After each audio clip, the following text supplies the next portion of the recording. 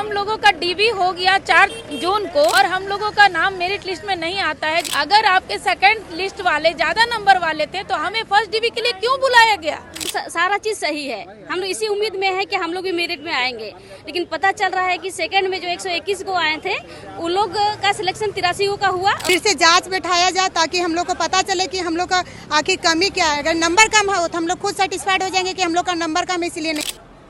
इस वक्त मैं राजधानी रांची के मुख्यमंत्री आवास के बाहर खड़ा हूं और ये भी कहानी जेएसएससी से जुड़ी हुई है। झारखंड कर्मचारी चयन आयोग, जिसे यहाँ के अभ्यर्थी गड़बड़ी आयोग कह रहे हैं, अनियमितता का आयोग कह रहे हैं, वो इसलिए क्योंकि हमारे पीछे जो अभ्यर्थी हैं वो अपने गुहार लेकर के सीएम के पास जाने वाले हैं और इनकी शिकायत है कि महिला सुपरवाइजर की जो परीक्षा 2023 विज्ञापन के साथ 2024 में हुई थी उसमें भी गड़बड़ी पाई गई है, उसमें भी अनियमितताएं शामिल हैं और रिजल्ट में कई तरह की गड़बड़ियां हैं जिसको आयोग बिना क्लियर किए आगे बढ़ गई। यानी कि रिजल्ट आउट होने के बाद कुछ अभ्यर्थियों को डॉक्यूमेंट वेरिफिकेशन के लिए बुलाया जाता है आयोग कार्यालय में। डॉक्यूमेंट वेरिफिकेशन करते हैं और इनके दिलो दिमाग में चलता है कि अब हमारी नौकरी पक्की, लेकिन स्पष्ट नहीं किया जाता है। कुछ लोगों को लिया जाता है और कुछ लोगों को बिना नोटिस का बाहर कर दिया जाता है और दूसरे डॉक्यूमेंट वेरिफिकेशन का नोटिस निकाल दिया जाता है, जिससे ये आक्रोश में है और ये आप बीती सुनाने के लिए सीएम के पास आए हुए हैं। तो जेएसएससी क्या कर रही है, एक सवालिया निशान है। चलिए हम डायरेक्ट जुड़ते हैं और इन्हीं से समझने की कोशिश करते हैं कि आखिर क्या हुआ था। हम लोग महिला परीक्षिका के अभ्यर्थी हैं। हम लोग माननीय मुख्यमंत्री जी से अब न्याय के लिए गुहार लगाने आए थे कि हमारे साथ बहुत गलत हुआ। हम लोग का एग्ज़ाम 2024 में हुआ था, 8 सितंबर से स्टार्ट हुआ था और हम लोग का डीबी के लिए रिजल्ट जो निकाला गया था तो 27 मई को निकाला गया था। उसके बाद हम लोग को 4 तारीख को डीबी लिया गया। उसके बाद 7 तारीख को सेकेंड लिस्ट निकाला गया। 7 तारीख को 121 अभ्यर्थियों को डीबी के लिए बुलाया गया। उसमें से जब फाइनल जो मेरिट लिस्ट आया उसमें से सेकेंड लिस्ट से 83 कैंडिडेट को ले लिया गया और हम जो फर्स्ट में डीबी में आए हुए थे उसमें से हम लोग को छाड़ दिया गया। जी, मैं बोकारो से आई हूँ। मेरा नाम शांति कुमारी है। मैं EBC 1 PH कैंडिडेट हूँ। मैं यहाँ मुख्यमंत्री जी से न्याय की गुहार लगाने के लिए आई हूँ क्योंकि हम लोगों का डीबी हो गया 4 जून को। हम लोग फर्स्ट लिस्ट में होते हुए 521 कैंडिडेट, अब एक दोबारा डीबी नोटिस निकाला जाता है 7 जून को जिसमें 121 कैंडिडेट हैं और उसमें से जब मेरिट लिस्ट आता है हम लोगों का कोई क्लियरेंस नहीं दिया गया, कोई मेल नहीं आया कि आपकी ये त्रुटि है और हम लोगों का नाम मेरिट लिस्ट में नहीं आता है, जिसमें 313 कैंडिडेट को सेलेक्ट किया गया है, उसमें हम लोगों का नाम नहीं आ रहा है क्योंकि यहाँ पर जो सेकंड लिस्ट है उसमें से 83 कैंडिडेट को ले लिया गया है। अगर आपके सेकंड लिस्ट वाले ज्यादा नंबर वाले थे तो हमें फर्स्ट डीबी के लिए क्यों बुलाया गया?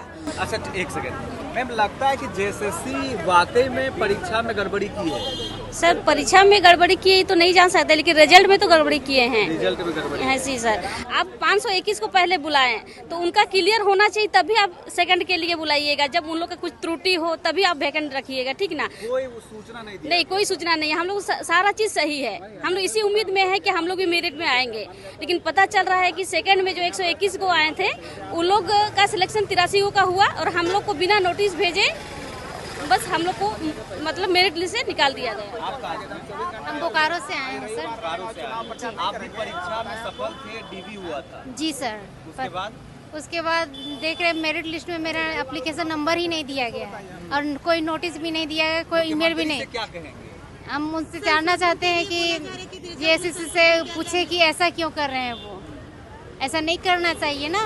हम लोग के साथ हम लोग सफल डीबी वाले थे तो हम लोग मेरिट लिस्ट में आना चाहिए। अगर कुछ दिक्कत था तो हम लोग को नहीं बुलाना चाहिए। हम लोग ये मांग करेंगे कि उस रिजल्ट में, उस मेरिट लिस्ट में संशोधन किया जाए, फिर से मेरिट लिस्ट निकाला जाए और सबसे पहले जेएसएससी को कट ऑफ जारी करना चाहिए कि कितना कट ऑफ गया, तब हम लोग अपने नंबर को चेक करके हम लोग संतुष्ट हो जाएंगे कि हम लोग का नंबर उतना नहीं है। क्या लगता है, मुख्यमंत्री से आशा है कि आप लोगों की बात होगी? आशा लेके तो आए हैं, पता नहीं क्या होता है। हम लोग तो चाहते हैं कि जो हम लोग का जो मेरिट लिस्ट निकाला गया उसमें संशोधन करके फिर से जांच बैठाया जाए ताकि हम लोग को पता चले कि हम लोग का आखिर कमी क्या है। अगर नंबर कम हो तो हम लोग खुद सेटिस्फाइड हो जाएंगे कि हम लोग का नंबर कम है, इसलिए नहीं लिया गया।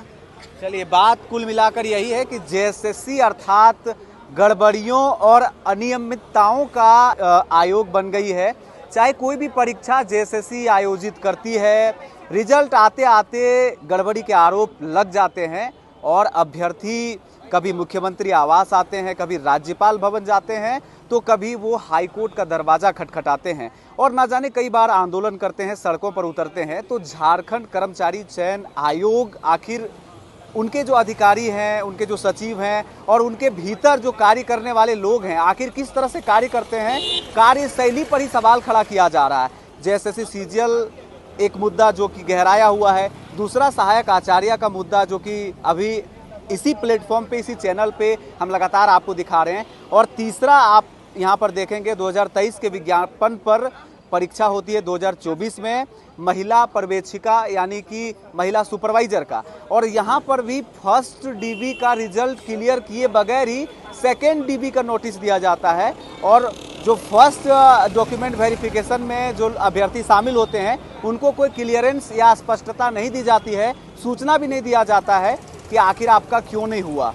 तो वही सारे जो पीड़ित अभ्यर्थी हैं आज मुख्यमंत्री आवास के बाहर में हैं और इनका अपॉइंटमेंट है कि मुख्यमंत्री से मुलाकात करेंगे और अपनी बातों को रखेंगे। अब जेएसएससी पर जो आधारित यहाँ के अभ्यर्थी हैं, जो आस लगाए बैठे हैं कि हमारी नौकरी होगी, तो कैसे होगी अब ये मुझे समझ में नहीं आ रहा है। लगातार हम चीज़ों को दिखाने की कोशिश कर रहे हैं। मेरा नाम है रवि भास्कर, आप देख रहे हैं ओंकार झारखंड। झारखंड से जुड़ी हुई और भी अपडेट के लिए आप बने रहें। नमस्कार, जोहार।